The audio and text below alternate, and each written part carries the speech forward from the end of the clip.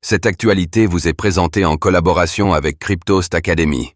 Ayez un temps d'avance sur le marché crypto en rejoignant notre communauté premium. Budget 2025. Un élargissement de la surtaxe sur les hauts revenus est voté par les parlementaires. Plus de contribuables, pendant plus longtemps. C'est l'amendement qui vient d'être voté par les parlementaires lors des débats entourant le projet de loi de finances pour 2025, PLF 2025. Qu'est-ce que cela pourrait changer ?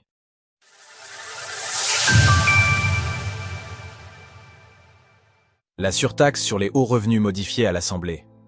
Pour rappel, le gouvernement souhaitait faire contribuer les plus hauts revenus de manière exceptionnelle pour une durée de 3 ans.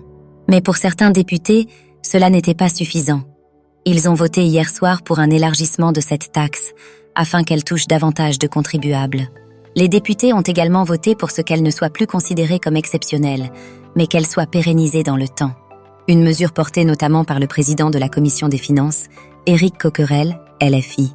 Vous demandez de faire des efforts à tout le monde, de manière pérenne, et les seuls à qui vous dites « rassurez-vous, c'est exceptionnel », c'est ceux qui ont très largement de quoi vivre.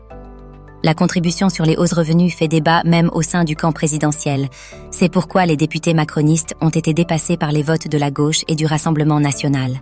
Pour autant, les fidèles considèrent qu'il s'agit d'une mesure raisonnable, à l'instar du ministre du Budget Laurent Saint-Martin. En ne sachant pas gager dans le temps des mesures exceptionnelles qui permettent de redresser nos comptes, On risk. D'envoyer des signaux totalement contradictoires. Les contribuables doivent savoir qu'il y aura une fin. Un 49,3 qui pointe le bout de son nez ? Bien que les députés aient élargi cette mesure, celle-ci pourrait être annulée en quai de 49,3. Le Premier ministre Michel Barnier pourrait en effet conclure que les débats n'ont pas été productifs et donc effectuer un passage en force du texte tel qu'il a été élaboré à l'origine.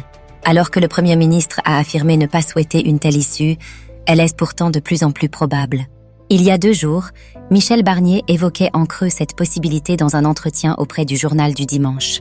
En cas de blocage parlementaire, retarder l'adoption du budget pourrait paralyser l'action publique, compromettre la gestion des finances de l'État et mettre en danger la crédibilité financière de la France. Le Conseil des ministres, qui a lieu aujourd'hui, pourrait donner des indices sur le positionnement futur du gouvernement et son recours éventuel au 49,3. Retrouvez toutes les actualités crypto sur le site cryptost.fr.